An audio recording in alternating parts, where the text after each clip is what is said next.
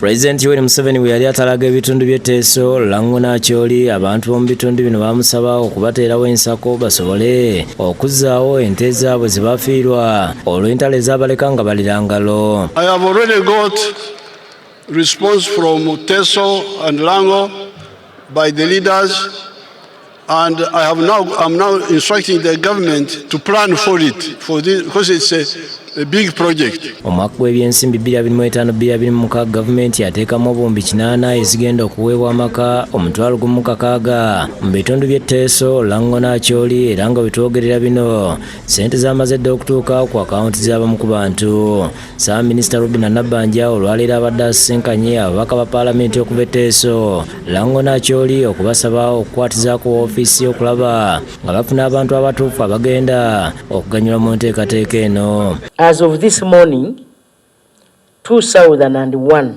households have received payments totaling to 10.05 billion, representing 12.5%. We agreed that let people buy for themselves. Okay. Because if you go through this tendering process, people had started bidding. A cow give us at 3 million. We said 5 million. Now we get only 1.5 cows.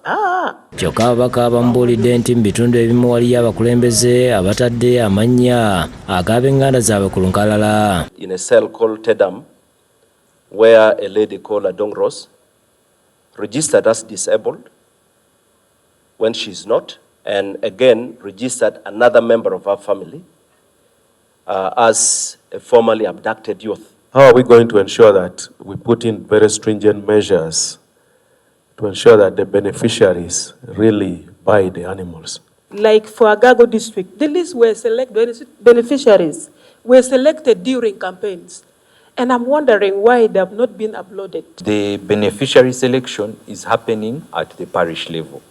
The parish development committee will sit and select its beneficiaries. I think the MPs who come from this region make sure we get back home quickly and make sure within this period we get the right, more people are registered. The promise I have right to the Prime Minister from Nwoya and Agago is that there will be enough submissions for verification by Tuesday for those 2 districts. Nabbanja asabye ababaka boogere n'abakulembeze b'okumagombolola okulaba nga kino kikolebwako mu bwangu era ng'omwaka gw'ebyensimbi tekunnaggalawo. We shall have no reason or even explanation to give the president that we have failed to select people.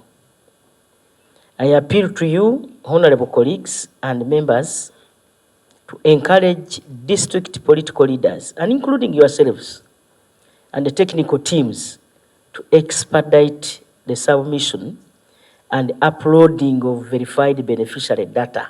Ismail Kasoa, yakusekedde gwino ku Bukedde TV.